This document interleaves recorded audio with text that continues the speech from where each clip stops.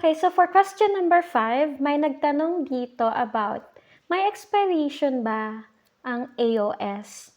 AOS is short for Affidavit of Support. Okay, to answer this, technically, yes. May expiration talaga yan. In general, 6 months talaga valid ang AOS from the day kung kailan na-notarize ito, okay? This is not a fixed law, but in general, it is a administrative practice. But for what I know, to be honest, actually that for example, yung PH Embassy sa Germany, actually, yung validity ng AOS is for 10 years talaga. Yes, it's 10 years. I can show you proof about that.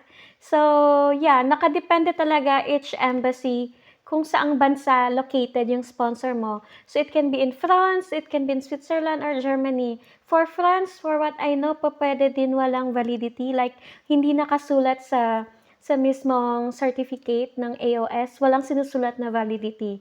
Pero nakasulat doon kung kailan pinanotarize. So, if you want to follow the not so fixed law, but it will remain valid within 6 months talaga. Okay? And yeah, so just to be safe, dapat 6 months before your travel trip, valid pa yung AOS nyo. Pero sa tingin ko, this is not really a problem, lalo na kapag na-notarize. Okay? You have to be aware also kapag nagpakuha kayo ng AOS sa sponsor nyo, it has to be legalized or notarized. Okay?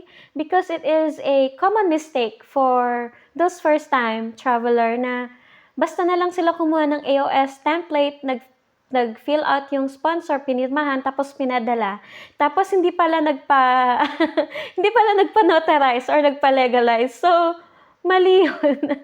Dapat mag-research talaga kayo about the AOS. Dapat naka-notarize talaga to siya. And to maintain kasi the authenticity of the document, diba? Kasi walang bisa ang document na ito kapag hindi nyo pinanotarize sa mismong Philippine Embassy. So, dapat ipanotarize nyo.